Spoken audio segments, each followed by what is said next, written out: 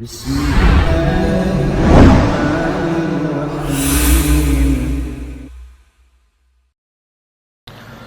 alhamdulillah, wassalatu wassalamu ala ashrafil anbiya wal mursalin wa ala alihi wa sahbihi wa man tabi'ahum bi ihsanin ila yaumiddin, amma ba'd. Ikhwani fillah rahimani rahimakumullah. Kita lanjutkan kembali pembacaan kitab Syarhu Kashfi Syubuhat yang disyarah oleh Syekh Muhammad ibn Shalih Al-Utsaimin rahimahullahu ta'ala. Kemarin kita sudah jelaskan bahwasanya ucapan beliau bahwasanya perkara ini adalah perkara istihadiyah, ya, itu bukan dalam bab apa? Penamaan, bukan dalam bab pelabelan seseorang yang telah melakukan perbuatan apa? Kesyirikan karena kejahilannya. Makanya kalam itu, ucapan itu dilihat secara penuh. Jangan hanya mengambil sepotong yang sesuai dengan keinginan dia atau hawa nafsu dia. Padahal saya di situ sedang menilai atau menimbang orang yang ingin diapain? Diperangi. Makanya ada kelompok pertama, kelompok kedua, kelompok ketiga yang sudah diobservasi bahwasanya orang ini memang betul-betul membenci dakwah at-tauhid, mencelaknya, atau ya masa bodoh, tidak peduli dan seterusnya.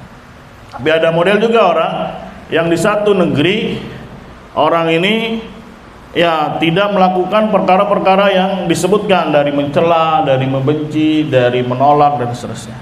Hanya saja dia tidak mau keluar dari daerah tersebut yang ingin perangi karena penduduknya melakukan kesyirikan. Maka di sana terjadi perdebatan. Ini gimana, dihukumi sama tidak orang yang seperti itu? Maka ya saya di akhirnya berkomentar, perkara ini perkara istihadiyah. Jangan dijadikan ini jadi tameng, jadi dalil untuk pelabelan atau pemberi nama. Maka lihat sisi pendalilannya juga, lihat ayat yang dibawakan oleh Syekh Utsaimin. Beliau bawakan ayat kemarin dalam surat Al-Isra ayat ke-15, wa ma kunna mu'adzibina hatta nab'atsa rasula. Apa bahasanya nu'adzibin? Apa nu'adzibin? Memerangi, menyiksa, kemudian ya intinya diperangi di situ. Adzaba yu'adzibu. Mafhum? Dan bisa juga itu untuk perkara negeri akhirat. Kemudian dari dalilnya juga secara global saja ada dalam surat Al-Qasas, kemudian An-Nisa, kemudian Ibrahim, kemudian juga Al-An'am. Kurang lebih sisi pendalilannya sama. Apalagi yang kemarin pas di surat Al-Qasas ayat 59 Allah katakan wa makana rabbuka muhlikal qura. Apa bahasa muhlika itu? Membinasakan, menghancurkan, untuk memerangi mereka. Jadi bukan dalam bab penamaan. Kalau bab penamaan, Syekh Muhammad Ibn Abdul Wahhab banyak kitab-kitabnya, statementnya banyak sekali. Ya, begitu juga Syekh Utsaimin. Ya, sebagai bukti kemarin kita baca tanya jawab tentang iman dan kufur. Ya, ada orang yang nanya, ya Syekh, ada seorang muslim tapi begini-begini melakukan syirik besar. Langsung di stop sama Syekh. Penamaan kamu orang yang berbuat syirik muslim itu kebodohan dari dirimu. Langsung di skak sama-sama Syekh Utsaimin rahimahullah ta'ala. Itu dalil-dalil dari Al-Quran. Sekarang kita masuk dalil dari hadis, halaman 71. Halaman 71. Mungkin yang belum punya bukunya, share saja ininya, tulisannya. Ana share di grup.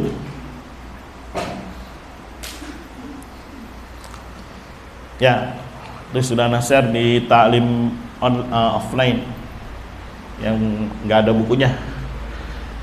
Ya.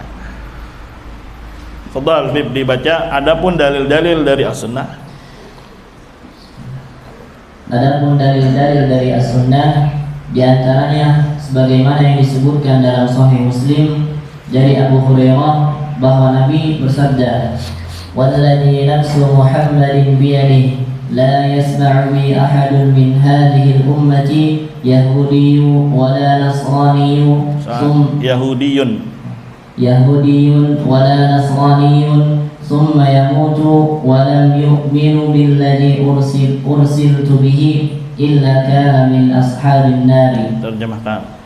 Demi Zat yang menggenggam jiwa Muhammad, tidaklah seorang pun dari kalangan umat yang di dakwah ini mendengarku, baik ia seorang Yahudi maupun Nasrani, kemudian dia meninggal dalam keadaan belum beriman kepada ajaran yang aku diutus dengannya, melainkan dia menjadi bagian dari ahli neraka. Nah, ini dalil dari hadis. Lihat sisi pendalilannya.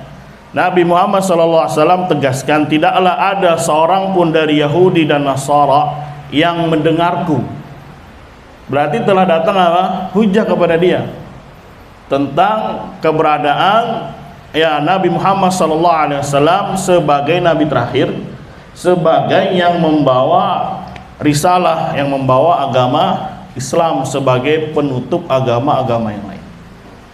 Kalau dia mendengar kemudian tidak beriman, maka balasannya masuk api neraka. Ada sebuah siksa ketika dia telah datang hujjah.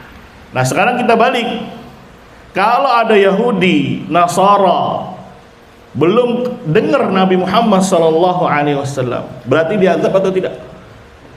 Kebalikannya gitu. Diazab atau tidak? Tidak. Mafhum. Tapi dalam bab penamaan, Yahudi dan Nasara dihukumi apa? Muslim atau kafir? Ya kafir jelas. Sini paham ya? Mafhum nih? Ya, nih Nabi kaitkan kalau dia mendengar Yahudi, Nasara tentang keberadaan Nabi Muhammad SAW. Sekarang pertanyaannya gini ya, kira-kira ada nggak Yahudi, Nasara tapi tidak mendengar risalah Nabi Muhammad SAW? Mungkin atau tidak mungkin? Mungkin atau tidak mungkin? Mungkin saja. Ya, dalilnya surat Al-Bainah ayat pertama. Apa bunyinya? Lam yakunil ladzina kafaru min ahlil kitabi wal musyrikin mufakkina hatta ta'tiyahumul bayyinah. Allah sebutkan di situ ahlul kitab dan orang musyrik.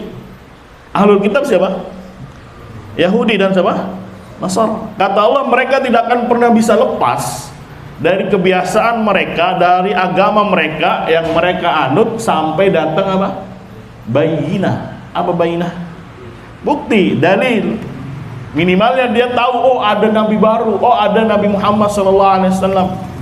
Tapi kalau belum pernah dengar sama sekali, gimana dia mau bisa lepas? Tapi tetap Yahudi, Nasara dihukumi sebagai pelabelan muslim atau musyrik? Ya musyrik, kafir. Begitu juga orang-orang tadi yang kedua, tadi kan min ahlil kitab, sekarang musyrikin, dinamai musyrik oleh Allah, padahal belum datang bainah. Ya, tetap dinamai oleh Allah Subhanahu wa taala karena dia melakukan kesyirikan, namanya apa? Musyrik. Jadi apa ya? Mafhum nih? Tetap dinamai dia apa? Musyrik. Ya. Mafhum. Tapi untuk mengazab atau dan seterusnya tidak bisa kecuali sampai betul-betul ditegakkan hujjah kepada dia. Itu sisi pendalilannya. Misalkan mungkin hari ini ya ada Yahudi dan Nasara tidak pernah mendengar Nabi Muhammad SAW sama sekali.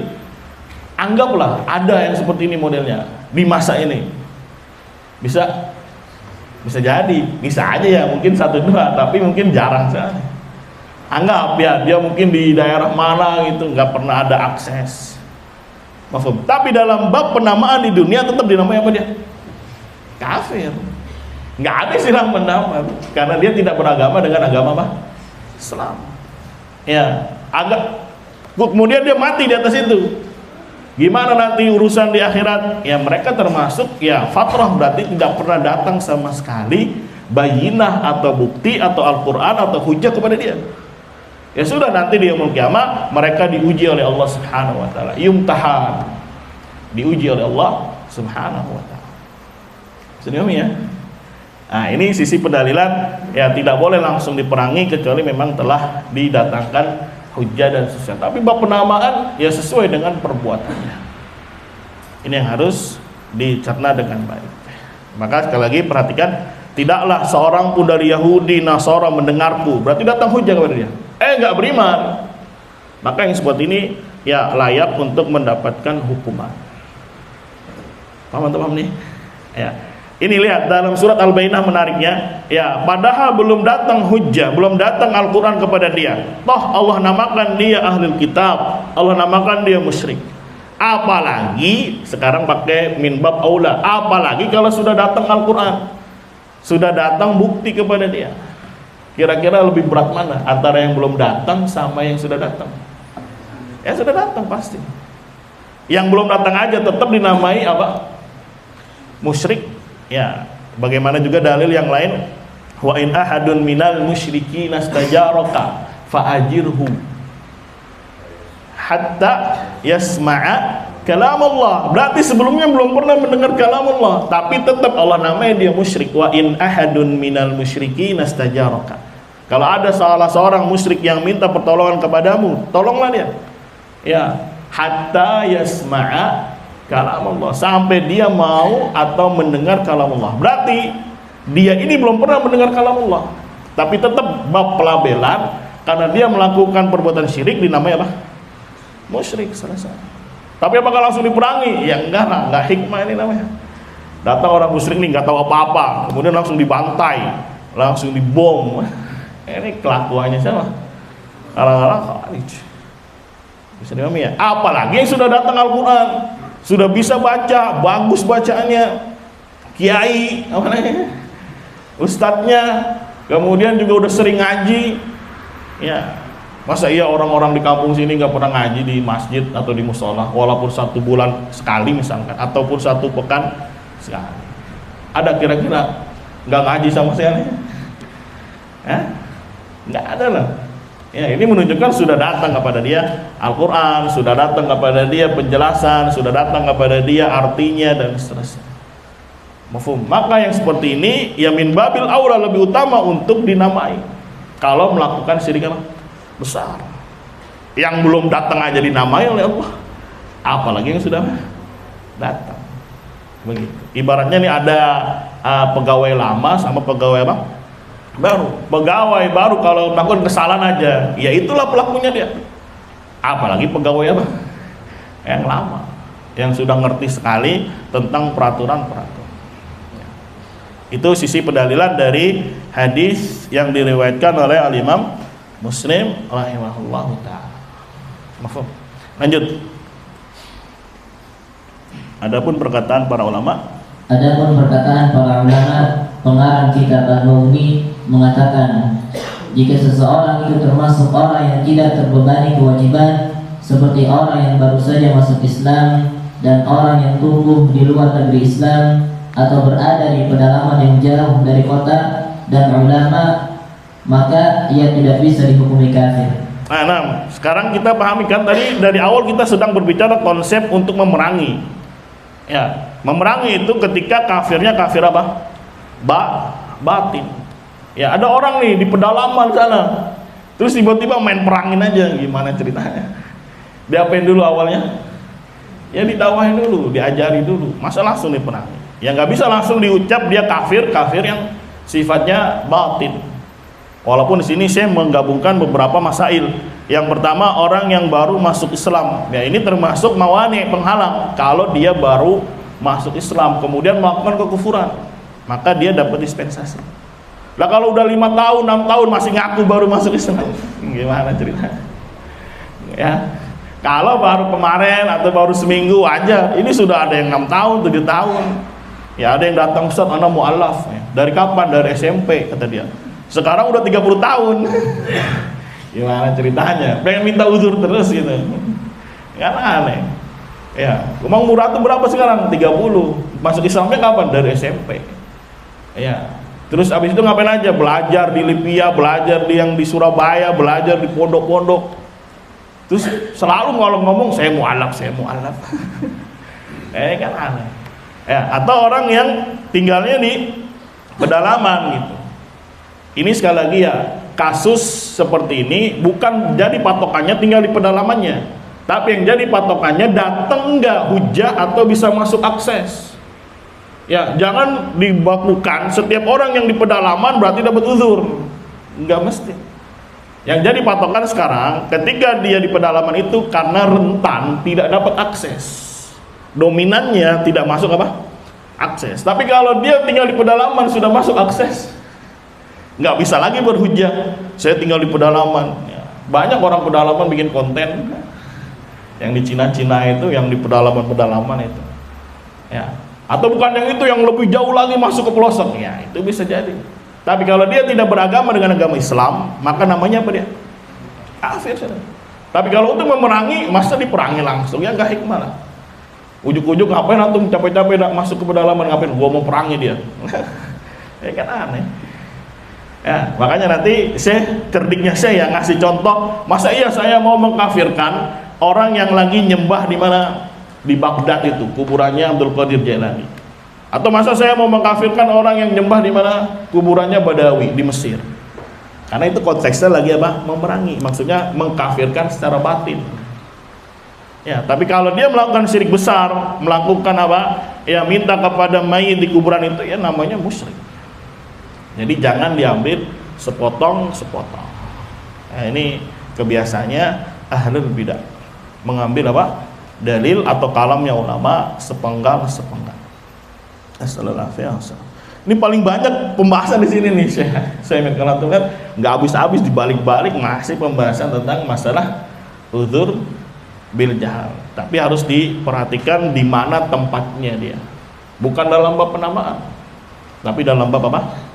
Memerangi atau sedang melakukan ya eksekusi kepada orang-orang yang melakukan kekufuran. Ini perlu ditinjau. Jangan langsung main perangi, tidak. Mafhum?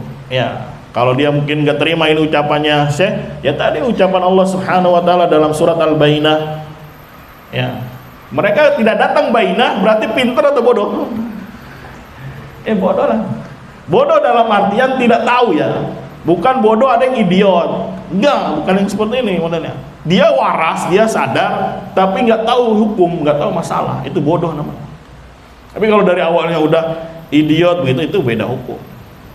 Ya, dia termasuk penghalang yang sifatnya bukan dari diri sendiri, tapi memang itu sudah ditakdirkan oleh siapa? Oleh Allah Subhanahu wa taala. Atau orang tuli, sehingga dia tidak bisa mendengar orang cerita apa, berkabar apa, nggak tahu, sehingga dia bodoh.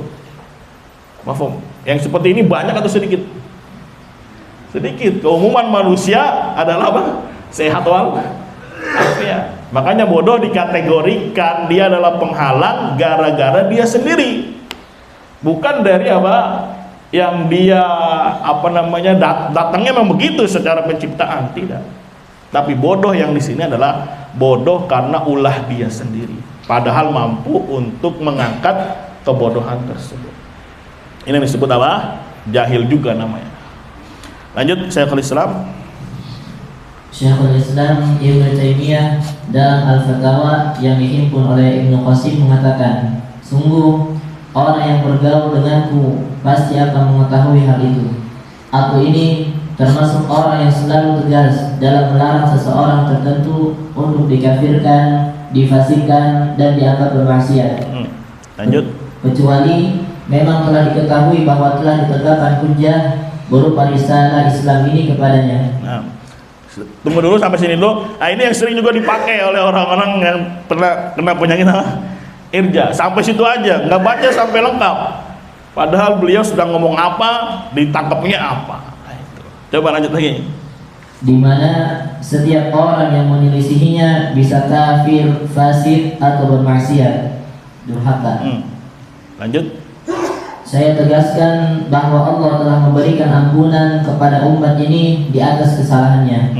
Hal ini bersifat umum, mencakup kesalahan dalam masalah-masalah yang bersifat khabariyah qauliyah, yaitu berita yang diucapkan, ataupun masalah yang bersifat perbuatan.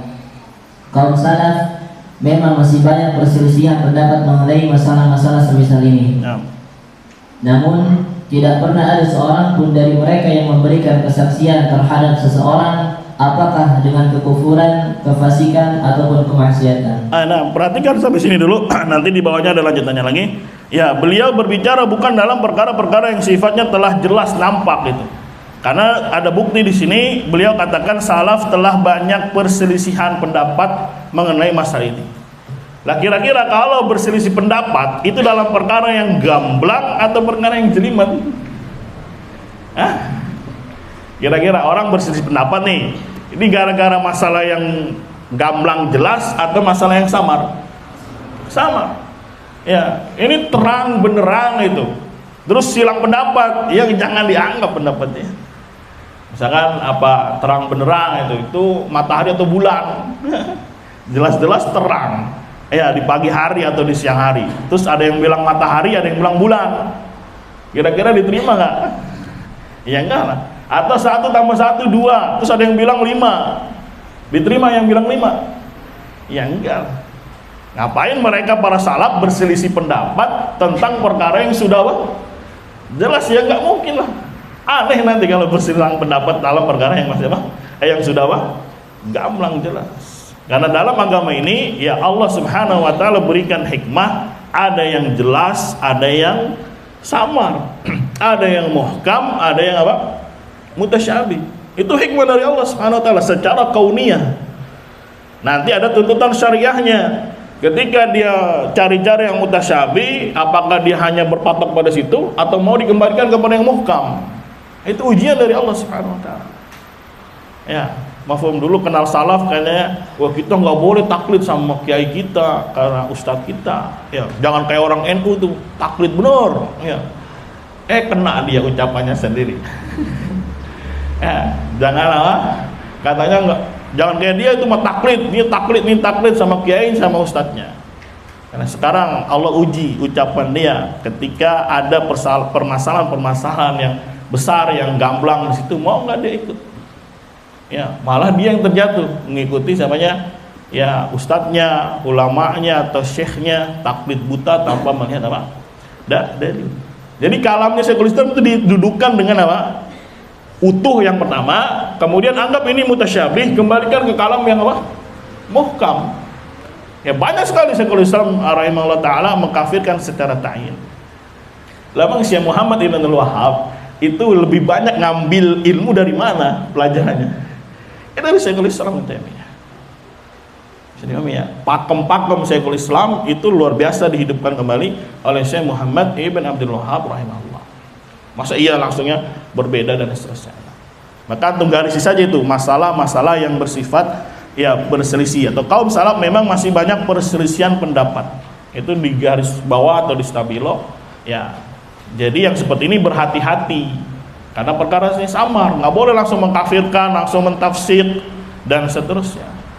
Tapi kalau sudah perkara gamblang zahirah, masa iya? Kayak kemarin karena beri contoh, udah tahu dia megang kunci T, dia kerpak gini. Terus antum masih bilang apa? Tunggu, dia bukan maling, dia cuma mau mindahin motor. Dia tukang parkir. Mana ada tukang parkir pakai kunci T terus mau bawa apa? Bawa motornya. Nah ini ya pola pikir yang salah tempat. Lanjut, beliau melanjutkan, saya telah menjelaskan bahwa pernyataan takfir terhadap orang yang mengatakan begini dan begini yang dikutip dari ulama salaf adalah benar begitu. Hanya saja harus dibedakan antara pernyataan yang bersifat mutlak dan pernyataan spesifik yang ditujukan terhadap individu. Nah, maksudnya misalkan ada salaf mengatakan barang siapa yang berbuat ini kufur gitu. Tapi terkadang untuk melakukan ta'in kepada orangnya itu lihat apa kondisi dan yang lainnya, syaratnya, mawaninya. Sekali lagi ini dalam perkara yang sifatnya apa? Samar. Ya, kalau anggaplah ini kalam beliau mutasyabih, kita kembalikan ke kalam beliau yang lebih muhkam. Banyak sekali kalamnya beliau yang begitu apa jelas mengkafirkan, bahkan beliau sendiri yang membuat kaidah ada perkara zahirah dan perkara apa? Khafiyah. Kemudian dipukul rata semuanya nggak bisa. Ya harus dibedakan antara yang zahirah dengan yang khafiyah. Ya mungkin nanti bisa kita baca beberapa pertemuan yang hasil anak terjemahkan itu tentang masalah kejahilan. Nah, biar jelas kedudukannya. Ya, mana jahil yang bisa diberi uzur dan jahil yang apa? Tidak bisa diberi uzur. Yang biasa share di grup. Ya, mungkin nanti satu saat bisa kita baca. Lanjut, beliau menambahkan, takfir atau pengafiran merupakan bagian dari bentuk ancaman. Nah, lihat tuh, bentuk ancaman ini sekarang. Ya, dia bisa dibunuh, dia bisa diperangi. Lanjut. Jikapun pendapat itu lahiriahnya menyelisihi yang disabdakan oleh Rasul, akan tetapi perlu dipahami bahwa seringkali seseorang itu baru saja masuk Islam. Nah, kalau baru masuk Islam memang dia termasuk mawani, dapat uzur. Lanjut. Atau hidup di daerah pedalaman yang jauh. Maka orang semisal ini tidak bisa langsung dikafirkan begitu saja, disebabkan oleh suatu pengingkaran yang dilakukannya sampai sudah benar-benar ditegakkan hujah atasnya. Lanjut. Atau boleh jadi juga seseorang itu belum pernah mendengar nas-nas tersebut atau pernah mendengarnya namun tidak lagi diingatnya. Lanjut. Atau muncul sesuatu yang mengharuskannya melakukan penakwilan atau interpretasi lain, sekalipun ia keliru dalam hal ini. Demikian penjelasan Syekhul Islam Ibnu Taimiyah. Anda melihat bagaimana beliau memberikan poin-poin yang bisa diberi dispensasi. Yang pertama tadi apa? Baru masuk Islam. Yang kedua yang hidup di jauh tempat itu. Tapi sekali lagi ini bukan jadi patokan. Yang jadi patokannya masuk akses atau tidak. Karena sekali lagi bisa jadi orang hidup di pedalaman tapi bisa masuk apa? Akses. Kira-kira di Pulau Jawa mana gitu yang belum bisa masuk akses? Ada nggak daerah tertentu itu? Gunung Kidul. Ada ya? Apa di sono di Bawean, Pulau Bawean nyebrang ya antara Jawa Kalimantan ada pulau kecil namanya Pulau Bawean. Ya, pas antum masuk di sana, ya semua syiar Islam nampak di situ. Ya. Walaupun pulaunya apa? Kecil. Tapi ternyata sudah menyebar itu apa? Islam. Kira-kira ada nggak, coba antum perhatikan ya? Atau di Afrika atau di mana? Jangan di Afrika lah, kejauhan. Di Papua misalnya. Anggaplah ada, mafhum. Ya, tapi sekarang patokannya dia beragama nggak dengan agama Islam itu. Ya kalau enggak, tetap dalam bab penamaan apa? Kafir, bukan muslim dia.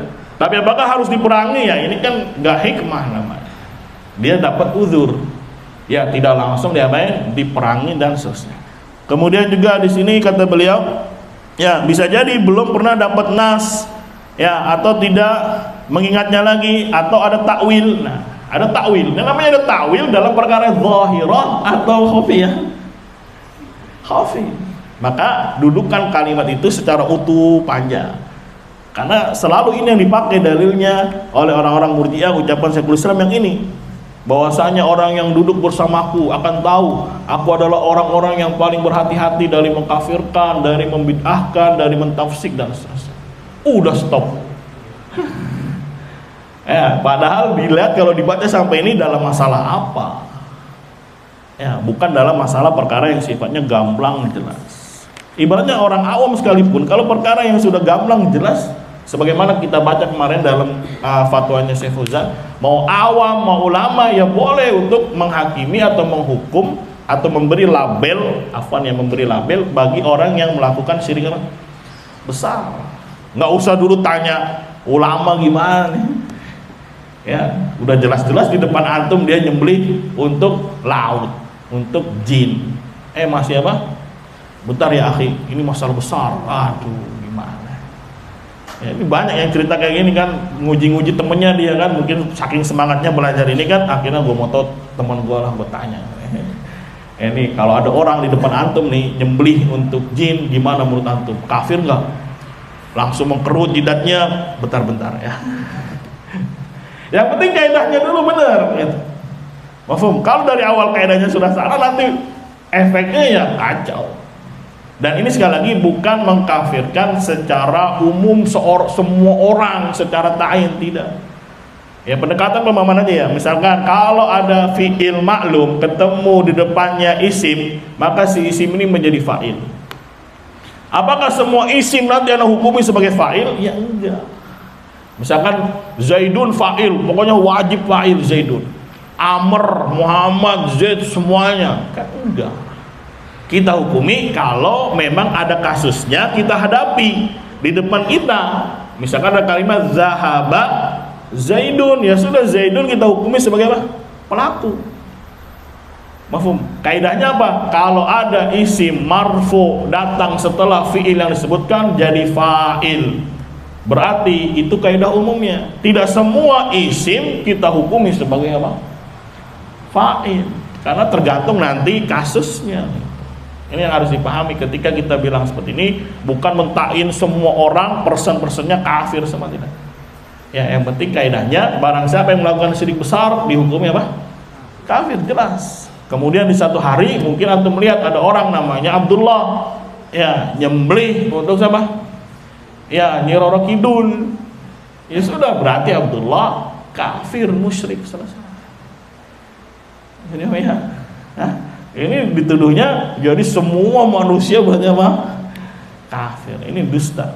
Ini apa? Dusta orang yang nggak ngerti tentang bab ini. Masalah ya. Lanjut. Sedangkan Syekhul Islam Muhammad bin Abdul Wahhab dalam kitab Ad-Durar As-Saniyah menjelaskan, berkenaan dengan masalah takfir, saya mengkafirkan siapapun yang telah mengenal agama Rasul, yaitu Islam, kemudian setelah ia mengenalnya malah mencelanya, melarang orang untuk memeluknya dan memusuhi orang yang mengamalkannya, maka inilah orang yang saya kafirkan. Tuh, dikafirkan sama beliau. Tapi apakah langsung diperangi, itu kan babnya beda lagi. Dua hal yang apa? Yang berbeda. Tidak lazim ya, ketika kita mengkafirkan seorang harus diperangi langsung, harus dibunuh, harus digini, enggak lazim. Dan inilah kecelainya orang-orang Murji'ah. Kalau saya mengkafirkan berarti ada efek belakangnya yang harus begini. Enggak lazim. Ya, karena lihat masalah-masalahnya. Mafhum? Ya. Bisa dipaham ya? Tidak lazim ketika ada cap pelabelan dia musyrik berarti harus segera dibunuh, segera ditumpahkan darahnya. Tidak lazim. Walaupun ada juga beberapa yang lazim kita kerjakan, seperti tidak sholat ya Bang, di belakangnya. Kalau dia ngelamar anak antum jangan terima. Paham ya? Itu yang kita bisa lakukan sendiri. Tapi yang lainnya itu bukan haknya kita, bukan tugasnya kita. Jadi jangan dianggap langsung otomatis, tidak. Ada yang memang bisa kita terapkan, ada yang tidak bisa kita terapkan karena bukan wilayah kita, bukan wewenang kita. Lihat dengan jelas beliau mengkafirkan orang yang sudah mengenal Islam tapi malah mencela, itu, memusuhinya dan seterusnya. Ini yang dikafirkan oleh beliau dalam bab penamaan. Ya, begitu juga mungkin dalam bab peperangan ketika sudah diobservasi, ya orangnya satu kampung begitu modelnya, akhirnya diperangi oleh Syekh Muhammad ibn Abdul Wahhab. Ya. Jadi memang inti masalahnya itu bedakan antara yang zahirah dengan yang apa? Khafiyah. Mafhum? Dalam bab penamaan, dalam bab eksekusi, dalam bab akhirat. Makanya kemarin kalau antum baca yang tulisannya Syekh Muhammad Bazmul, di akhirnya apa? Coba baca di akhirnya. Atau boleh dibaca terjemahannya. Coba kita baca bersama saja di. Udah dapat belum Bib? Hah? Belum. Nah, coba anak kirim. Tunggu ya.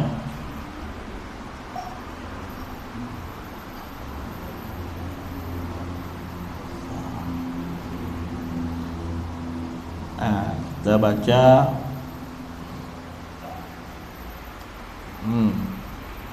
Terjemahin nih, baca Beb. Ayo. Syekh Muhammad bin Umar Bazmul hafizahullah, perhatianku tertuju pada ucapan sesungguhnya orang yang bersyahadat la ilaha illallah namun melakukan ibadah kepada selain Allah seperti menyembelih, bernazar, memanggil wali, meminta kepada kubur, tawaf di kubur, atau berdoa kepada orang mati, maka orang ini tetap dihukum muslim selama ia melakukannya karena kebodohan. Nah, ini pemikirannya Murji'ah ini. Ya, diteliti, ditinjau oleh Syekh Muhammad Bazmul. Kemudian aku katakan, Aku katakan, ucapan seperti ini mengandung kontradiksi. Bagaimana bisa seseorang disebut muslim padahal ia melakukan perbuatan yang membatalkan Islam dan merusak tauhid, yaitu mempersembahkan ibadah kepada selain Allah. Lanjut. Bahkan perbuatannya itu adalah syirik besar dan ia adalah musyrik secara hakikatnya. Bila ia masih hidup dan mengetahui hukumnya, maka wajib baginya bertaubat dan kembali kepada Allah. Jika dia mati dalam keadaan seperti itu, maka secara hukum dia musyrik dalam urusan dunia, sedangkan urusannya di akhirat dikembalikan kepada Allah jika ia benar-benar tidak mengetahui. Nah, ini pahami, ada dua urusan penamaan di dunia dan urusan di akhirat. Kita hanya dibebani urusan apa? Penamaan di dunia. Urusan di akhirat terserah Allah, nanti Allah yang punya sidang. Apakah dia memang masuk neraka atau surga, itu Allah yang tahu. Toh kalaupun dimasukkan ke neraka, Allah tidak zalim. Allah Maha mengetahui, Allah Maha adil. Ya, bukan Allah berbuat zalim kepadamu, tidak. Karena Allah Maha tahu emang orang ini kufur sampai ke batin. Maka betul-betul pahami ini hati ini, jangan sampai membenci Islam, kufur di dalam batin, bahaya. Karena ini karakternya orang-orang munafik. Ya, dikasih tahu Islam yang benar bahwasanya begini-begini, tapi ada kebencian di dalam ini, bahaya sekali. Ya, bahkan orang kafir aja diancamnya apa? Fiddarkil asfali minan nar. Salat dia salat, puasa, haji, jihad banget. Tapi kalau ada kebencian luar biasa terhadap apa? Agama Allah Subhanahu wa taala, ketetapan Allah, bahaya. Jangan dianggap remeh. Ya, dikasih penyampaian yang hak tapi betul-betul masih benci, ragu. Ini perkara yang ya bahaya di sisi Allah Subhanahu wa taala. Lanjut, aku memohon mana? Adapun menghukumi seseorang sebagai muslim hanya karena ia mengucapkan dua kalimat syahadat, sementara ia melakukan amalan-amalan yang jelas merupakan ibadah kepada selain Allah, maka ini adalah kesalahan. Ini adalah bentuk irja. Ini adalah bentuk apa? Penyakit virus apa? Irja. Sekedar dia ngomong la ilaha illallah selesai. Ya, beliau ini sekarang statusnya mufti Mekah. Jadi di Saudi itu di setiap daerah ada mufti Madinah, mufti Mekah, mufti Qasim. Nah, Syekh Fauzan itu mufti am yang membawahi apa? Semua mufti. Begitu. Nah, beliau sekarang ya jabatannya sebagai mufti di Mekah. Ya, yang kalau orang-orang RI kalau ke Mekah selalu datang ke beliau. Geng-gengnya RI ya, karena panutan ini. Nah, sekarang beliau ngeluarin statement seperti ini. Ada aja orang-orangnya ya, ada pun yang memahami ucapan Syekh Muhammad Bazmul begini-begini, maka dia telah keliru. Waduh, gimana ceritanya? Wong Syekhnya yang udah ngomong, wah ini dah, terus dia yang nyangka sendiri bahwasanya yang memahami ucapan Syekh begini-begini dia telah keliru. Waduh, padahal saya jelas-jelas bilang di sini adalah penyakit apa? Irja. Terus ada dari murid-muridnya yang bilang di Indonesia nih, ya, barang siapa yang memahami ucapan Syekh Muhammad ini adalah ada penyakit irja telah keliru. Lah, kan lucu namanya nih. Orang Syekhnya bilang aja irja, dia yang bawahannya bilang nggak ada penyakit irja. Ya, itulah kalau tika lah, ya sudah tertutup hatinya. Nasallallahu alaihi wasallam. Lanjut, aku memohon ampun kepada Allah dan bertaubat kepadanya dari setiap ungkapan dariku yang pernah keluar dan bertentangan dengan hal ini. Maka wajib membedakan antara hukum dunia dan hukum akhirat terkait orang-orang yang terjatuh ke dalam kesyirikan dalam keadaan jahil dan menyangka bahwa mereka tidak menyelisih Islam. Nah, itu harus bisa tahu plotnya masing-masing, apakah ini bab penamaan atau ya ingin memerangi atau nanti di alam akhirat. Jangan diglobalin semua. Memang kalau di alam akhirat silang pendapatnya luar biasa, besar. Disebutkan oleh Ibnu Qayyim. Jangan dibawa ke ranah penamaan. Terus bilang bahwasanya bab penamaan khilaf, silang pendapat. Ya ini aneh namanya. Berarti ada dua konsep nanti lazimnya. Ya, ketika orang melakukan syirik besar ada dua konsep ideologi, yang satu bilang kafir, yang satu bilang apa? Muslim. Nah, gotak-gotak ini. Terus untuk apa diutusnya Nabi Muhammad, diutusnya ya para rasul yang lain? Padahal bab penamaan dari zamannya Nabi Nuh yang melakukan syirik besar namanya apa? Musyrik. Ini orang belakangan bilang nggak musyrik. Nah, ini sudah berabad-abad tahun nih dari zamannya Nabi siapa? Nabi Nuh alaihissalam. Awal kali muncul kesyirikan. Ya, begitu juga disebutkan oleh Ibnu Abbas, awal kali muncul kesyirikan di masa Nabi siapa? Nabi Nuh alaihissalam. Muncul kesyirikan, orang-orangnya apa? Musyrik. Orang-orangnya apa? Musyrik. Lihat bagaimana hikmahnya Allah. Tidak langsung mereka disiksa, dihukum, tapi bab penamaan tetap musyrik. Ya, sampai betul-betul dia ngeyel betul, ya udah akhirnya turun azab dari Allah Subhanahu wa taala. Bahkan Nabi Nuh lagi bikin kapal, ada yang kencing di situ. Ada yang WAB di situ. Ini kan bentuk penentangannya luar biasa. Ya kalau dia diam-diam aja ya mungkin belum langsung diazab. Tapi sudah ada aksi, ada mulut omongan, ada aksi. Nah, ini menunjukkan kafirnya sampai ke batin gitu. Masalah ya. Masalah. Ya, lanjut pada halaman yang kembali ke halaman 73 tadi. Pada halaman 66. Ya, halaman 66 itu yang di buku ini ya. Coba antum buka lagi nanti di halaman 66 yang tentang tidak memerangi orang-orang yang di kuburan Badawi itu. Coba dibaca lagi pada halaman 66. Pada halaman 66 beliau mengatakan, adapun berkenaan dengan soal kedustaan dan kebohongan perkataan mereka, kami mengkafirkan secara umum dan mewajibkan hijrah kepada kami terhadap siapa saja yang mampu untuk menampakkan agamanya. Pernyataan seperti ini merupakan bagian dari kedustaan dan kebohongan yang mereka pakai untuk menghalangi manusia dari agama Allah dan Rasul-Nya. Jika kita tidak mengkafirkan orang yang menyembah berhala yang ada di atas makam Abdul Qadir serta berhala yang ada di atas makam Ahmad Badawi dan semisal keduanya. Stop dulu. Ya, lihat Abdul Qadir makamnya di mana? Oh, di Baghdad. Sekarang Badawi di mana makamnya? Di Mesir. Ya, memerangi di sini sekali lagi saya lagi berbicara konteks memerangi karena ini bahasa diplomatis namanya. Karena bahasa itu perlu diatur memang. Ya kalau bisa jadi kalau beliau langsung belak-belakan, waduh, hancur nanti diperangi sama orang-orang Turki. Akhirnya menggunakan bahasa apa? Diplomatis yang di situ tidak ada kebohongan memang. Benar, karena kafir ada dua model, kafir zahir dengan kafir apa? Batin. Secara zahir orang yang melakukan syirik besar ya kafir musyrik. Tapi kafir batin itu untuk memeranginya dan seterusnya tidak boleh langsung. Apalagi dia jauh di sana, belum ditegakkan hujjah. Di Baghdad, dia jauh di Mesir, harus nyebrang laut dulu. Ya. Bohong nggak ini syekhnya? Nggak bohong. Ya itulah bahasa-bahasa yang disebut apa? Diplomatis. Ya kalau syekhnya langsung bilang, wah emang dia kabur, waduh, kacau nanti. Ini juga buat pelajaran buat kita kalau antum mungkin mau dakwahkan teman, ya gunakan bahasa-bahasa yang apa? Diplomatis. Ya, ketika antum memang melihat ada masalah di situ. Tapi kalau sudah nggak kena-kena, ya gimana lagi? Udah doain aja sudah. Kecuali dia mau serius tanya, nyari, ya antum bismillah jelaskan pelan-pelan. Harus bisa. Perkara ini semua orang harus bisa. Beda dalam perkara samar, Afan ini nggak ngerti nih.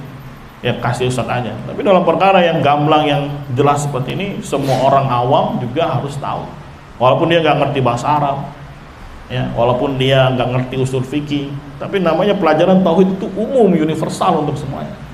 Nggak harus belajar nahu dulu. Ya, kecuali itu mau istinbat hukum, mau ngambil hukum, ya perlu ilmu ala. Tapi sekedar memahami apa? Tauhid adalah begini, syirik adalah begini, nggak usah.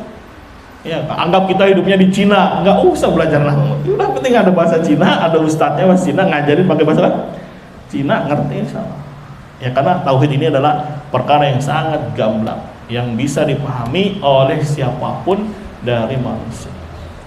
Sangat jelas, perkara sangat jelas. Lihat bagaimana kata saya, bagaimana saya mau memerangi atau mengkafirkan mereka yang lagi sujud jungkir balik di mana kuburannya Abdul Qadir Jailani.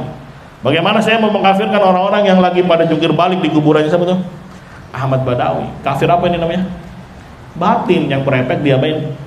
Diperangi, bukan kafir zahir. Kafir zahir mah jelas, banyak kitab-kitabnya beliau menjelaskan yang melakukan seperti ini hukumnya apa? Kafir. Lanjut dibaca, disebabkan ketidaktahuan mereka dan tidak adanya orang yang mengingatkan atau memberitahu mereka. Tuh, tidak ada yang mengingatkan karena jauh di sono, ya. Kecuali sudah diekspansi ke sana. Ini nggak ada yang menuju ke mereka. Tapi dalam bab penamaan tetap mereka dihukumi apa? Kafir. Paham ya, ya? Dalam bab penamaan mereka tetap apa? Kafir karena melakukan syirik besar. Tapi untuk diserbu, tahu diserbu? Apa diserbu Hira? Iya, tiba-tiba main serbu aja lah. Perang, sikat, ya. Enggak. Ini katanya, makanya kata beliau tidak ada yang memberitahu mereka, mengingatkan mereka. Lantas bagaimana? Lantas bagaimana kita mengkafirkan orang yang tidak menyekutukan Allah jika dia tidak hijrah kepada kami atau tidak mengkafirkan dan memerangi? Demikian uraian Syekh Islam Muhammad bin Abdul Wahhab. Ya, kurang lebih ya itu sanggahan dari Syekh. Kalau ada yang nuduh Syekh begitu, ini dusta. Sekali lagi ini bahasa-bahasa yang sifatnya diplomatis. Makanya yang seperti ini dulu pernah share di grup yang kalamnya Syekh Shalih Utsaimin ketika membawakan ucapan ini. Makanya beliau bilang kafir ada dua model. Ya, kafir zahir dan kafir apa? Batin.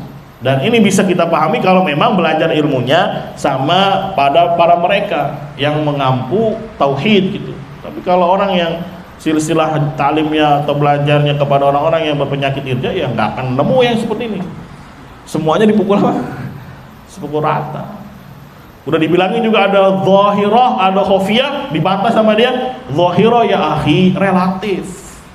Ini aja udah kontradiksi. Zahirah itu artinya apa? Telas, jelas, terang, gamblang. Terus dia bilang ini masalahnya relatif, bisa tahu bisa enggak. Lah gimana ceritanya? Ini kontradiksi namanya. Ya dia nggak ngerti perkara zahirah itu ya ibaratnya 1 tambah 1 berapa? 2 ya sudah. Ya kalau terang ini berarti siang, itu zahirah sudah. Kalau gelap berarti apa? Malam. Terus dia bilang itu relatif ya akhi. Ya bisa salah bisa benar jadinya gitu. Jadi kalau ada orang bilang terang benderang dia malam, nggak apa-apa ya akhi, relatif akhi. Ya, jangan-jangan dia pakai kacamata hitam. Ini takwil namanya. Namanya takwil. Tapi apakah semua orang pakai kacamata hitam? Kan enggak. Apalagi ini terangnya menyengat gitu.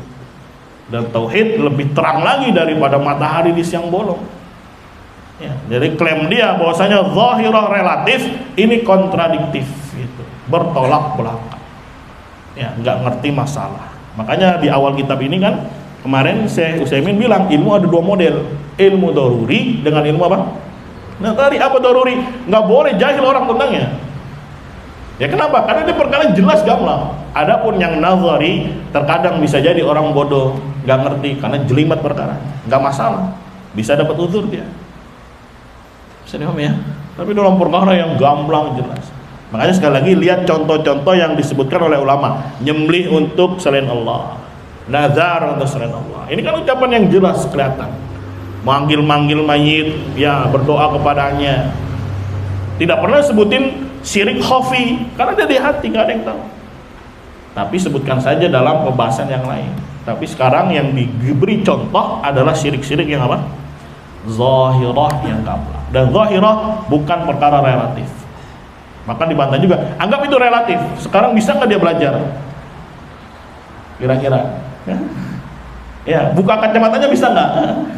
Biar tahu bahwasanya ini adalah terang. Ya bisa. Tapi kenapa tidak mau dibuka? Salah siapa? Salah dia. Terlebih akses begitu gampang untuk diraih. Ya. Anggaplah dia orang tua udah bodoh sama sekali, tapi melakukan kesyirikan, ya sudah namanya musyrik. Nanti di yaumul qiyamah Allah yang sidang. Urusannya kembalikan kepada Allah. Tapi bab dunia selama dia mengerjakan pembatal-pembatal keislaman, musyrikun kafir, selesai. Kita hanya dibebani urusan apa? Dunia, begitu. Lanjut, jika ini merupakan tuntunan dari nas-nas Al-Quran, As-Sunnah, dan perkataan para ulama yang tidak lain adalah tuntunan dari hikmah Allah serta tuntunan dari kelembutan dan kasih sayangnya, Allah tidak akan mengazab seorang pun sampai ada alasan untuk melakukan hal itu terhadapnya. Lihat nih, di awalnya kata saya ini adalah tuntutan, tapi satu sisi kelembutan dari Allah Subhanahu wa taala karena tidak langsung diperangi. Ya, tuntutan apa? Ya belajar tauhid, itu tuntutan. Tapi satu sisi Allah memiliki sifat apa? Kelembutan.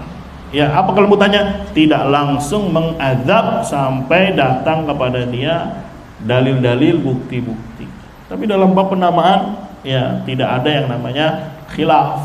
Ya, mafhum. Jadi kalau ada yang bilang penamaan itu khilaf, ya dia jahil tentang tauhid. Ya, karena bab penamaan itu dari zamannya sama Nabi Nuh sampai hari ini. Ada yang tahu zamannya Nabi Nuh tahun berapa? Berapa tahun sebelum Masehi itu? Hah? Sekarang aja udah 2025. Coba tanya Google, zaman Nabi Nuh berapa tahun sebelum Masehi? Nanti kan udah panjang ini masa ini. Ada enggak? Bismillah.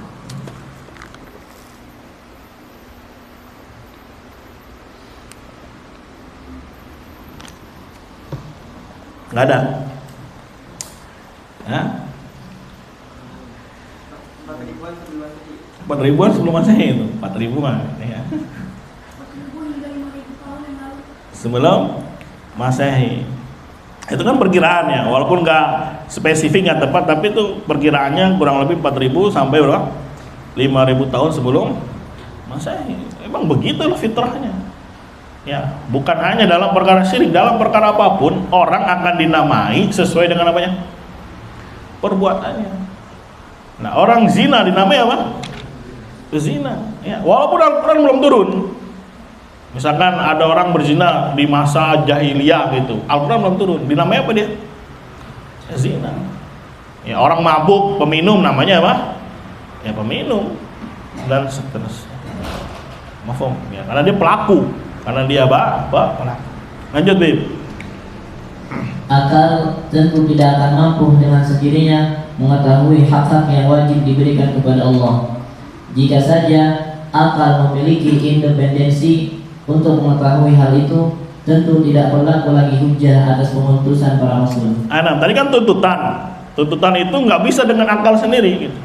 Tapi perlu didatangkan apa? Hujjah.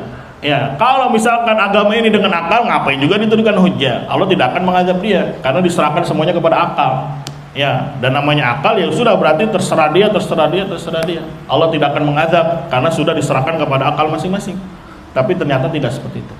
Ya, tuntutan ini diketahui dengan cara apa? Wahyu, dengan cara dalil.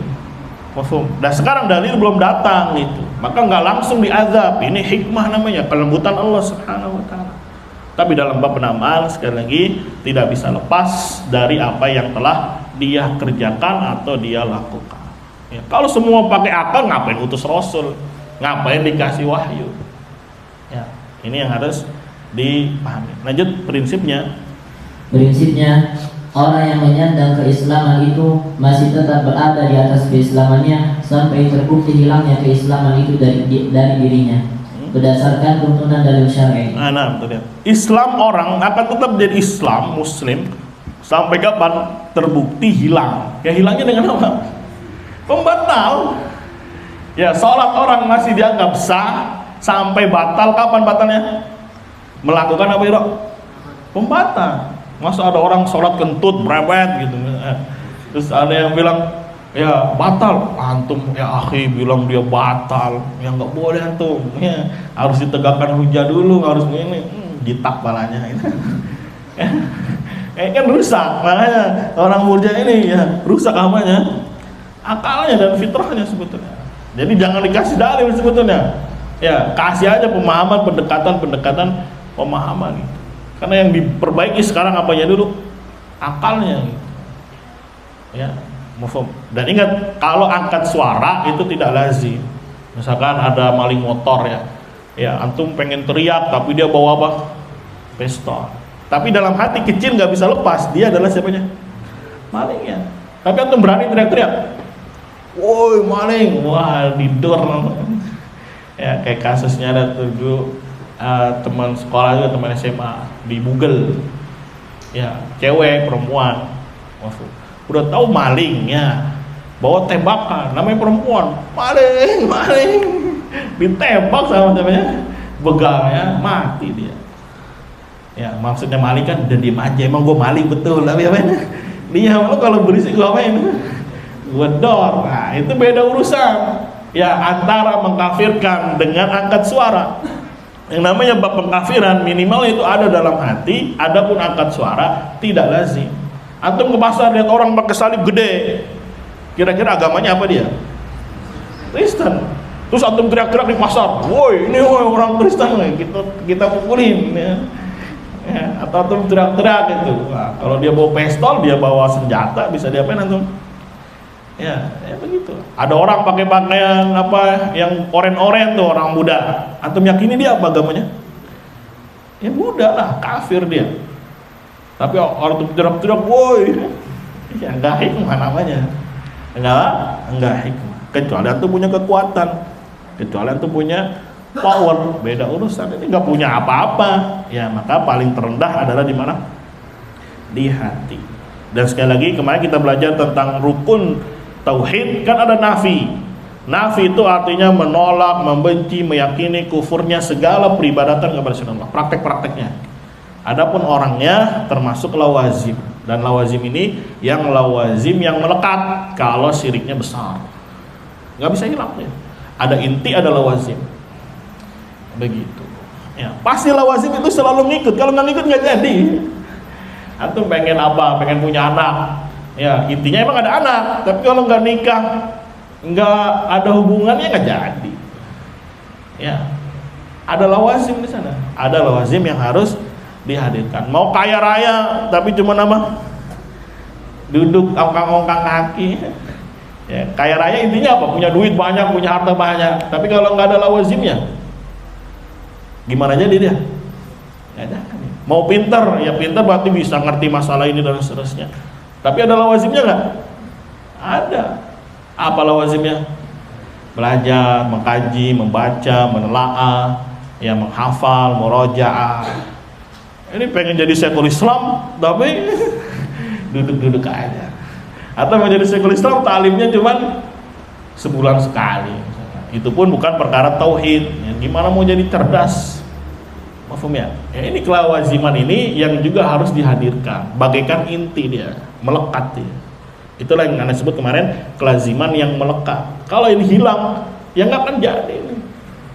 Ya, makanya nanti bisa jadi dia jatuh pembatal Islam nomor 3, tidak mengkafirkan pelaku orang-orang yang melakukan apa sih? Syirik. Ya, lebih parah lagi kalau dia apa? Membenarkan, ragu saja bahaya.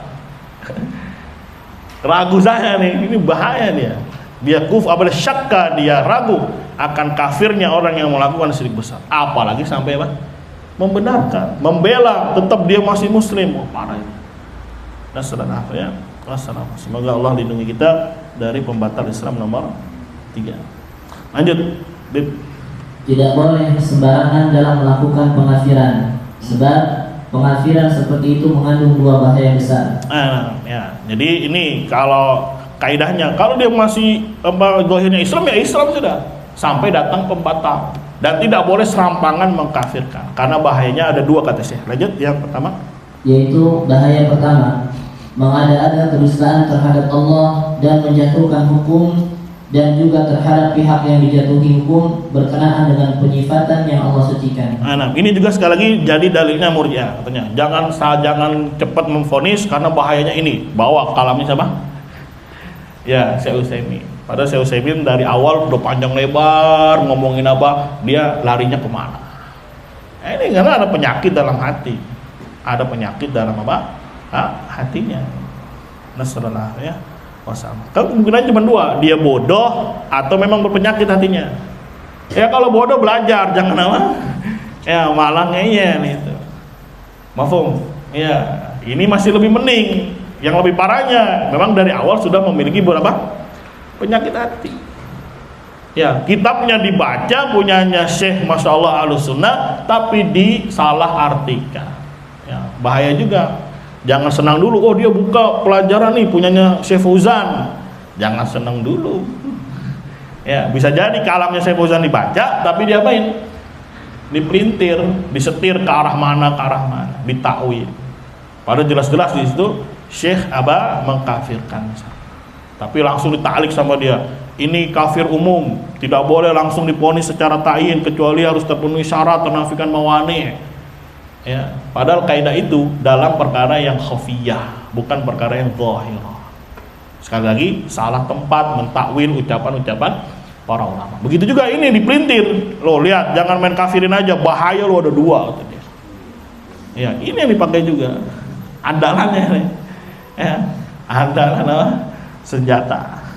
Mafhum? Bahaya pertama apa katanya? Mengadakan kedustaan atas Allah Subhanahu wa taala.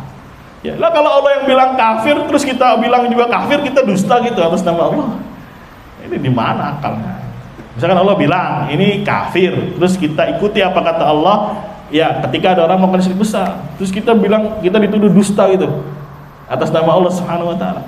Nah, ini kan aneh namanya. Ya, kalau gitu untuk apa baca Al-Qur'an? Kalau itu untuk apa belajar tauhid? Kalau ternyata pelaku syirik besar bukan apa? Bukan kafir, bukan musyrik. Dengan sendi-sendi tauhid yang dibunuh itu, dimatikan itu. Ya, jadi ngikutin gayanya Rocky Gerung anak ini. Ya. Oh ya. Ya, kadang Rocky Gerung ya secara akal bagus dia, tapi ya begitu, hawa nafsu. Ya, hawa nafsu. Kalau akalnya dilurusin ke masalah ini, ya bisa bagus itu orang. Tapi ya itu ada penyakit lagi. Ya, bahkan dia sendiri secara fitrah Islam itulah yang paling bijaksana, yang paling adil. Hanya saya bingung kata dia, bagaimana menerapkan Islam di dalam negara ini? Sudah banyak aspek yang sudah rusak itu. Tapi dia berangan-angan negara ini diasaskan dengan apa? Ya Islam. Karena Islam punya budaya sendiri, ya punya peraturan yang luar biasa, punya ketetapan, punya undang-undang, punya muamalah, punya ekonomi, punya sosial, semuanya punya. Dan itu yang bikin bukan manusia, yang bikin siapa? Rabbul Alamin, Allah Subhanahu wa taala. Ya, makanya chaos, ya berantakan ketika hukum yang buat adalah manusia. Manusia ngatur, yang diatur manusia. Ngapain dong ngatur-ngatur gua? Kan gitu akhirnya ribut. Tapi kalau yang ngatur Rabbul Alamin dia nolak, waduh takut ya.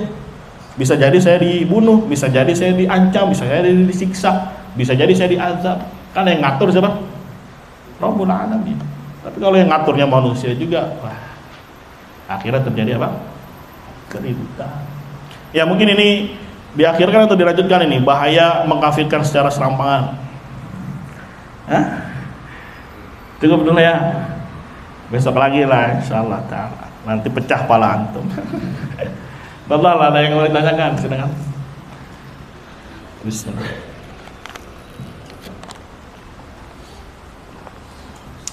Ya. Penjelasan dari Gimana?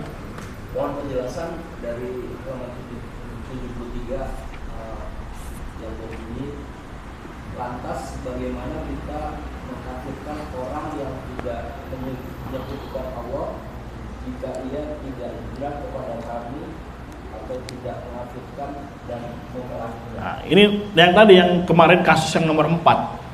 Ya, jadi ada model manusia di negeri yang pengen diperangi, tapi ada beberapa orang mafhum yang tidak melakukan pelanggaran-pelanggaran. Dia bagus Islamnya, mafhum, tapi tidak mau pindah. Yang seperti modelnya kayak gini aja, kita tidak perangi, kita tidak kafirkan, masa iya yang jauh tadi di sono, ya dan seterusnya, mafhum, ya dikafirkan itu. Ibaratnya gini, kebalik. Yang orang yang jauh saja tadi di Abdul Qadir Jailani, di Ahmad Badawi tidak kami kafirkan, apalagi model orang seperti ini yang tauhidnya bagus, mafhum, tapi masalahnya dia tidak hijrah untuk pindah dari negeri yang ingin tadi dihujum, diperang. Sedang ya. Ibaratnya orang yang jungkir balik di kuburan Badawi saja tidak kita perangi, apalagi orang yang bagus Islamnya. Ya min babil aula lebih utama tidak kita perangi gitu. Jadi Pak, Yang bagus. nih, kan kata saya tadi kan di awal, orang yang nyembah kuburan Abdul Qadir Jailani sama Ahmad Badawi tidak kita kafirkan. Kafir apa ini namanya? Batin, diperangi. Apalagi orang yang bagus apanya? Islam ya, makanya di sini kan? Ya, lantas bagaimana kita mau mengkafirkan orang yang tidak menyekutukan Allah? Berarti kan bagus dia. Ya, hanya saja dia memang tidak mau pindah dari negeri yang tadi mau diapain? Diperang. Begitu. Apa ya, Pak? Mafhum. Ibaratnya yang betul-betul syirik aja nggak saya langsung perangi, apalagi ini yang muslim yang bagus akidahnya. Hanya saja dia tadi tidak mau pindah. Padahal lagi mau diserang ini. Karena kalau kita perhatikan sejarahnya Syekh Muhammad, ya memang dakwah pelan-pelan, kemudian ketika sudah punya kekuatan, ya disyariatkanlah jihad, ditetapkanlah jihad. Dan Raja siapa? Suud itu bukan orang pertama yang bantu. Sebelumnya ada namanya Raja siapa, Yusuf atau siapa. Awalnya dia bantu, tapi diintervensi sama Turki gitu. Lu kalau bantu, ya dakwahnya ini akan digini-ginin, akhirnya dia apa? Ya sudahlah, saya nyerah gitu. Akhirnya malah menjadi orang yang musuhi dakwahnya Syekh Muhammad. Diusir Syekh Muhammad sama beliau, sama si Yusuf ini. Akhirnya cari-cari lagi, dapatlah Raja Saud. Raja Saud juga awalnya menolak, nggak mau, wah berat ini. Karena ketika itu kan masih di bawah kekuasaannya Turki. Tapi dibujuk sama istrinya. Bang, nggak apa-apa bang, bantu aja bang. Lihat ini, ya raja, tapi kalau sudah berhadapan sama istri, pangkatnya di bawah. Ya, mungkin kalau TNI bintang 5, istri bintang 5, bintang 6 ya. Ya, inilah faedahnya dari istri yang soleha itu. Ya, dibujuk sama istrinya, nggak apa-apa bang, bantu aja. Kali aja Allah menangkan kita dan seterusnya. Siap. Wah. Akhirnya ya berkolaborasi ini dua antara kekuatan dengan ilmu. Ya, pokoknya saya mau dakwah kemana ditemenin sama pasukan ibaratnya. Ya, tapi ada nih daerah nih sudah didakwahi dan seterusnya masih ngeyel nih satu kampung nih. Gimana? Serang, sikat, kuasai. Ya, ini ya. Tapi ada daerah yang bagus Islamnya, ada yang ini campur aduk lah dia, heterogen gitu. Nah, silang pendapat lah itu, kita perangi atau tidak. Nah, itu, makanya itu yang dibahas, perkara istihadiyah. Tapi kalau yang sudah jelas ini satu kampung ya kufur, satu kampung menyelisih, satu kampung mencela, ya sudah, ini mah yang sepakat diperangi. Nomor 1, nomor 2, nomor 3. Pelajaran yang kemarin. Yang jadi silang pendapat nomor berapa? Nomor 4. Ya, ada yang beriman di sana tidak menyekutukan Allah, tapi disuruh keluar nggak mau. Ya, kan repot nanti kalau lagi perang dia ada di situ. Ya, perangi nggak? Nah, terjadilah khilaf di sana, istihadnya muncul di sana. Kan ini perkara samar, perkara khafi. Kalau perkara sudah jelas satu kampung apa memusuhi tauhid, ya sudah diserang oleh Syekh Muhammad dan pasukannya. Begitu, sampai akhirnya betul-betul dikuasai daerah Najd. Ya makanya lah ada julukan ulama Najdiyah. Ya karena dulu porosnya di situ, ulama Najd. Paham ya? Makanya ibu kotanya di mana? Saudi. Riyadh. Riyadh itu daerah Najd. Ya, nantilah kalau kita umroh bareng kita main ke Riyadh. Kita lihat ya bongkahan apa? Ya, istana dulu yang digempur itu masih ada sisa-sisanya. Walaupun jauh perjalanan dari Mekah ke Riyadh mungkin 10 jam 12 jam. Ya. Ngelihat apa namanya istana-istana zaman dulu. Wallahu a'lam bishawab. Ada lagi pertanyaan barakallahu fiik. Fadhal, ada yang mau ditanyakan? Jelas ya, insyaallah cukup jelas. Ya. Di halaman 72 Ustaz Ya. Di halaman 72 disebutkan beliau menandakan takfir atau pengafiran merupakan bagian dari bentuk ancaman. Ya. Jadi ancaman apa? Ini kan tadi kita lihat konteksnya, sedang memberi apa? Ya, ancaman, siksaan dan seterusnya. Jadi kalau orang dikafirkan berarti kan ada ancaman-ancaman. Misalkan ente kafir, berarti langsung terbesit, wah nanti saya harus begini, harus begini. Harus kena ini. Itu namanya ancaman. Ya. Terlebih lagi konteksnya dalam apa? Hal memerangi gitu. Jadi ketika ada penjatuhan vonis kafir, berarti itu ancaman untuk diapain? Diperangi. Begitu. Ada lagi yang lain? Semoga bisa dipahami ya. Hah? Jelas atau jelimet ini? Oh, intinya antum bedakan bab penamaan, bab apa lagi? Hukuman, bab negeri apa? Akhirat. Kalau bab penamaan sekedar dia melakukan syirik besar, ya namanya apa? Musyrik. Tapi apakah harus dihukum langsung? Ya itu nanti kembalikan ke istihadnya para ulama, qadhi dan yang lainnya. Ya, kalau pengen menghujum, memerangi gitu. Tapi kalau misalkan ke mahkamah syariah, ya ditangkap, kemudian disidang, diadili. Kalau ternyata emang nih orang bodoh, betul-betul bodoh, ya sudah, dia dapat uzur, nggak disiksa dia, nggak diadab, nggak ditahan, tapi dimintain taubat tetap. Tapi kalau di sidang ada yang ngeyel, kemudian emang begini kok ibadah, ya sebagaimana nenek moyang kami. Waduh. Ya berarti kafirnya tembus sampai kemana? Batin. Ya udah, kalau kata hakim bunuh ya bunuh. Ya, bahkan kata Nabi, ya man baddala dinah faqtulu, barang siapa yang mengganti agamanya, yang murtad, maka bunuhlah dia. Tapi ada prosesnya. Nah, kalau orang Khawarij pengennya langsung diapain? Sikat gitu. Bom. Ya. Makanya jelasin, katanya Ustadz ini takfiri, ya, emang ana bikin bom, emang ana ngerakit bom, emang ana ajak antum buat, ayo kita ke Cituis rame-rame, ngapain?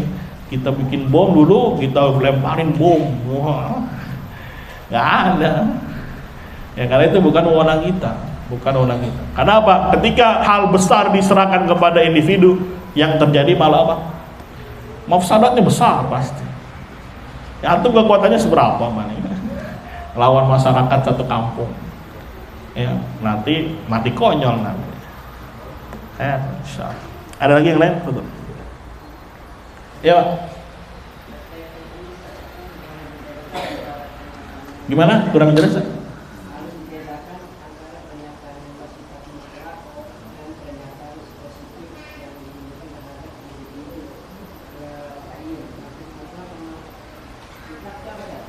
Gimana? Nah, mutlak itu seperti orang yang melakukan syirik besar, maka dia kafir, itu mutlak. Tapi kalau ta'yin, langsung tunjuk hidungnya nih, misalkan namanya Bambang, Bambang kafir, itu namanya ta'yin. Iya, walaupun dalam hati saja, itu tetap ta'yin masuknya. Ya, tapi yang masalah ini sekarang kan kita lihat dari kalam-kalam sebelumnya. Kalam-kalam yang sebelumnya diucapkan, dan Syekhul Islam sedang berbicara masalah yang apa? Khafi. Ya boleh aja bilang khafi, misalkan barang siapa yang melakukan syirik berupa hati, yaitu takut kepada selain Allah, kafir. Jadi ya, ini namanya mutlak. Tapi apakah kita langsung tunjuk Bambang kamu kafir? Kenapa? Orang juga dia nggak ngomong apa-apa, nggak apa-apa. Ini kan dalam perkara apa? Hati, nggak tahu, nggak boleh kayak gitu. Karena itu kufurnya di dalam apa? Hati. Tapi boleh dia bilang barang siapa yang takut kepada jin, takut kepada wali-wali, ya berarti syirik khauf ini. Syiriknya dalam hal takut, maka orang ini kafir. Tapi apakah kita tahu hati dia? Hah? Kan enggak. Makanya tidak boleh langsung ditakyin sampai memang betul-betul kita tahu kalau dia memang sangat takut ya kepada wali-wali yang telah mati tadi. Kan ini khaufi. Tapi kalau yang sekedar apa? Yang zahir bisa juga diterapkan ini. Barang siapa yang sujud nyembah kuburan kafir, kemudian ada namanya Bambang sujud di situ, ya sudah kita kafirkan karena dia perkaranya zahirah. Beda kalau perkaranya khafiyah, tidak boleh langsung dicap kecuali setelah kita interogasi, kita tahu isi hatinya. Begitu. Pak?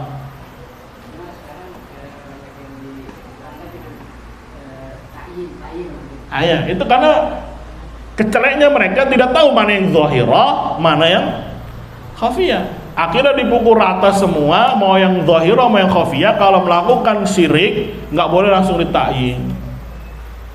Padahal itu perlu didudukan dalam perkara yang apa. Ini ya. Ya, takyin itu langsung disebut nama. Iya, dibilang kafir anta itu. Ya. Itu takyin namanya. Ya, ta'yin itu langsung ditunjuk orangnya, langsung kita sebut namanya, atau langsung kita yakini dalam hati. Itu ta'yin namanya. Yang apa? Bisa juga yang zahirah. Tapi kalau yang batin tidak bisa langsung ditakyin orangnya sampai ditegakkan apa? Hujjah, dipanggil, interogasi. Betul katanya antum ini takut sama wali-wali. Kata dia bilang, memang betul, wali punya kekuasaan, wali punya begini, jadi saya takut. Boleh ditakyin dia? Boleh, setelah kita interogasi. Tapi kalau orang sujud di kuburan, nggak perlu antum tanya sini. Ya, ngapain sujud di kuburan? Sutro, ya nggak bisa. Ya sudah dia kafir. Tidak perlu diapain? Tidak perlu ditegakkan hujjah. Itu takyin namanya. Takyin itu langsung menetapkan orangnya kafir. Tapi lihat perkaranya zahirah, tidak perlu dipanggil orangnya. Ya, tapi kalau dalam syiriknya yang batin, ya nggak boleh langsung antum bilang kafir. Ya, sampai betul-betul kita tahu maksud dari ya kesyirikan yang dia lakukan tadi. Semoga jelas ya. Ada lagi foto biar nggak, ini sebenarnya pengulangan aja ya, tapi biar lebih kuat pemahamannya. Atau anda bikin tulis di depan nih ya, biar enak ya.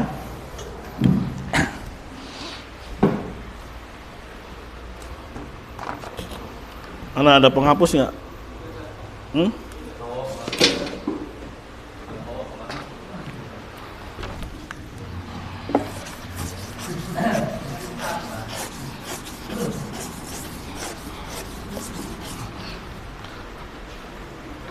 yang dibawa dulu. Pinjam, Bib.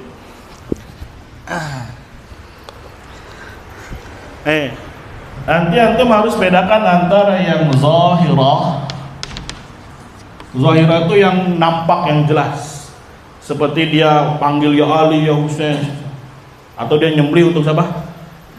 Jin. Ini jelas. Yang kedua namanya apa? Khafiyah. Khafiyah itu apa?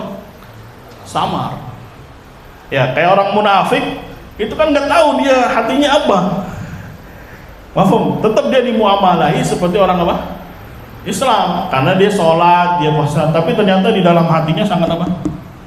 Kufur. Nah, kan kita nggak tahu mana-mana yang hatinya benci kepada Islam. Nggak boleh langsung ditakyin. Tapi Allah ancam, ya fid-darkil asfali minan nar, ini kan umum namanya. Ya boleh dari sini namanya umum boleh, takyin boleh, umum boleh, takyin boleh. Umum gimana? Yang umum nih. Barang siapa yang sujud di kuburan maka kafir, ini namanya umum. Adapun takyin langsung ditetapkan orangnya. Ketika antum melihat depan mata sendiri, dia namanya misalkan ya Abdullah, nyembah atau sujud di kuburan, maka kita takyin si Abdullah adalah apa? Kafir musyrik. Perlu didatangi nggak? Ditegakkan hujah? Nggak perlu, karena perkaranya ini apa? Zahir. Ya, kalau di sisi Murji'ah kan, antum ini perkara berat, nggak boleh. Antum datangi dulu ke rumahnya, ngobrol, ya bawa buah, bawa kopi, ya macam-macam. Ya nanti ujung-ujungnya nggak ada yang apa? Kafir manusia. Ya walaupun sudah hilang subhatnya, yang lebih ahsan kata dia, kita tidak kafirkan dia. Nah ini namanya merusak konsekuensi dari kalimat apa? Tauhid. Nah khafiyah juga boleh kita bilang secara umum dan secara apa? Ta'yin. Secara umum gimana? Misalkan syirik yang khafiyah, barang siapa yang menolak nama A misalkan, atau sifat Allah yang kalam, maka dia kafir. Ini umum. Ta'yinnya gimana? Apakah langsung? Nggak boleh. Harus diapain dulu dia? Tuqam alaihi hujjah. Ditegakkan kepada dia apa? Hujjah. Karena perkaranya apa? Khafiyah sama. Makanya sering anak ulang, perkara zahirah selalu diberi contoh dengan zabah li ghairillah, nyembelih untuk selain Allah. Ya, minta kepada mayit, nazar untuk apa? Mayit. Kan itu nampak, terucap, terlihat. Tapi kalau ini tidak terlihat. Masa tiba-tiba aku bilang, si Budi ini atau si Joko ini munafik. Ya, tahu dari mana tuh? Ya, kecuali itu memang sudah ya tegakkan hujah kepada dia. Kalau itu belum tegakkan hujah, baru kata-katanya begini-begini, nggak boleh. Ya, makanya kemarin sangat disayangkan ada judul wajah-wajah munafik. Waduh. Ya, judul namanya daurahnya. Ini satu sisi Murji'ah, satu sisi Khawarij. Ya, emang dia sudah duduk kemudian sampai betul-betul orang yang bikin daurah atau taklim berbayar adalah orang-orang yang membenci Islam. Nah, kan berarti sudah menuduh orang itu punya penyakit apa? Nifaq. Padahal nifaq perkaranya di mana? Di hati. Dan munafik kalau disebut secara total, secara umum, ya munafik apa? Etiqadi. Bukan munafik yang sifatnya amali. Ya, ngeri banget judulnya, wajah-wajah lah. Munafik. Ya, langsung disebut si fulan karena daurahnya berbayar dan seterusnya. Ya, ini karena tidak bisa membedakan ini, akhirnya serampangan, gak punya kaidah yang baku. Yang zahirah dibilang jadi khafiyah harus ditegakkan hujjah, sedangkan yang khafiyah langsung main takyin, acak-acakan nanti. Paham ya? Jadi harus membedakan antara yang ini. Nah, nanti juga ada urusan yang namanya urusan dunia, urusan hukum, ya, dan urusan apa? Akhirat. Kalau urusan dunia bab penamaan, mafhum sekedar dia melakukan syirik besar ini yang zahirah, ya udah kasih nama musyrik. Apakah langsung dihukum? Nggak boleh, karena hukum harus ditegakkan apa? Hujjah. Urusan akhirat gimana? Serahkan kepada Allah. Udah gitu aja, selesai. Karena Allah yang ahkamul hakimin. Tapi sekali lagi, kalau dia dimasukkan ke dalam neraka, bukan Allah yang zalim, tidak. Allah yang maha adil. Ya. Jadi jangan ketukar, kadang ini zahirah, kata dia nggak boleh langsung ditayin, harus ditegakkan hujjah. Giliran yang khafiyah langsung diapain? Ditayin. Ya, nggak, kaidahnya nggak apa jadinya, nggak baku. Terserah dia, karena mungkin ada konflik, ada tendensi pribadi, nggak tahu dah itu mah. Ya, tapi sekarang kita lihat tidak sesuai dengan apa? Kaidah yang telah ditetapkan oleh para ulama. Begitu. Apa tuh, paham nih? Betul, ada yang nanya lagi, silakan.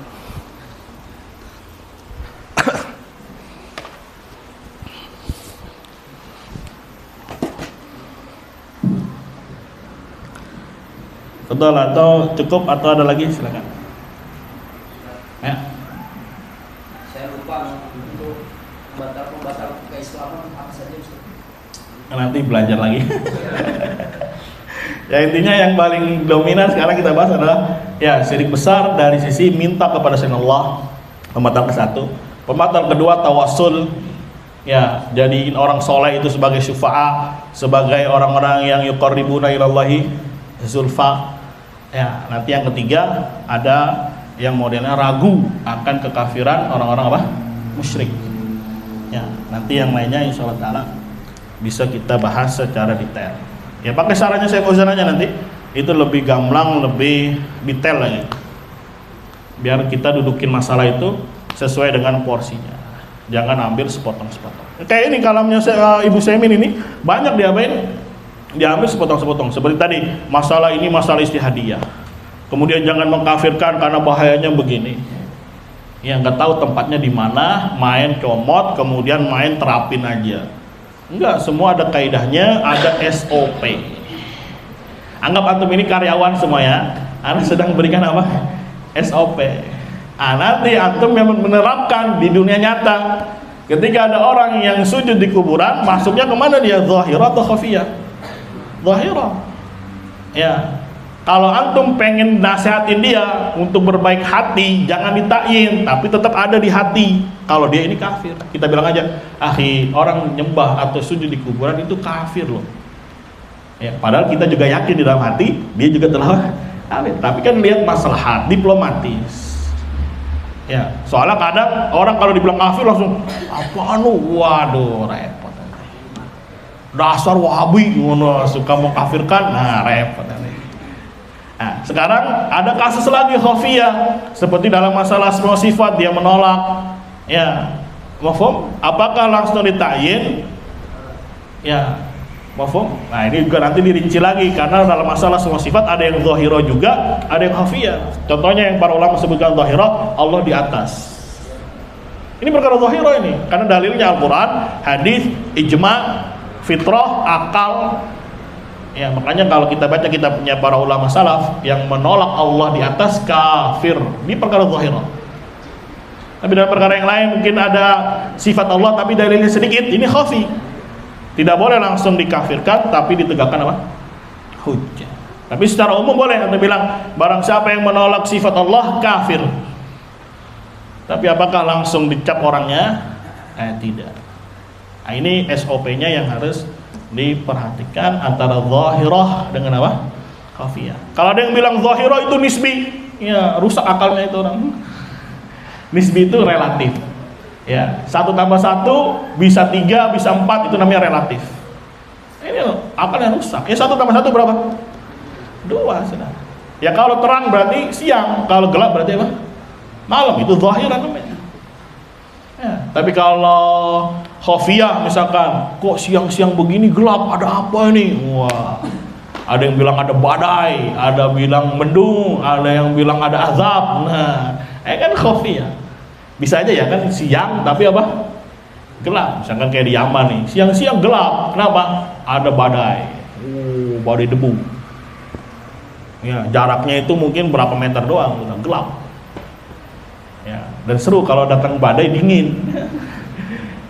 Kalau nggak ada badai panas. Tapi kalau datang badai enak dingin. Cuma gelap. Begitu. Bisa dimana ya? Ada pertanyaan lagi atau cukup? Ya, maksudnya biar antum punya hujah gitu. Walaupun antum bukan ustadz, nggak bisa bahasa Arab, tapi masalah ini mah gamblang, nggak perlu nahwu sorof, nggak perlu apa? Nggak perlu nahwu sorof. Ya, makanya nanti disebut sama saya ahli tauhid itu walaupun satu bisa mengalahkan 1000 ya orang-orang yang rusak dalam tauhid. Walaupun dia satu, tapi jangan sombong ya.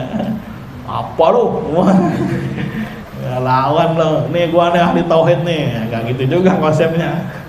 Ya, dijaga, jangan sampai ya ujub, ya takabur. Nanti dibahas di kitab tauhid itu. Ujub, ya ada kiber, itu bisa merusak, mencoreng, ya atau mencacati nilai-nilai tauhidnya dia. Walaupun tidak sampai melenyapkan, ya tapi ada beberapa poin di sana dirinci. Intinya dia bisa mencoreng atau mencacati nilai-nilai tauhid. Ujub, kiber, hasad, insyaallah dibahas semua di kitab at-tauhid. Pelan-pelan aja baca kitab tauhid, banyak babnya, sampai 120-an, 130-an. Ya kita udah bab berapa? 8. Masih banyak nanti Bang. Ini daging semua isinya nih. Ngantuk-ngantuk ya. Tapi sedikit-sedikit ada tawanya dikit lah biar nggak ngantuk. Ini kalau pelajaran ini antum cerna, pelajaran yang lain kayaknya kecil. Ini betul dialami juga sampai Ibnu Qayyim. Ya pelajaran yang begitu dahsyat, begitu besar, begitu mengenyangkan ya tauhid. Semua ilmu kalah sudah. Ya bukan berarti juga antum wah ngapain gua belajar fikih, enggak juga gitu konsepnya. Ya tetap itu sebagai bab penyempurna supaya kita bisa mencapai derajat ihsan. Gitu. Tetap belajar lagi, ta'lim lagi dan sebagainya.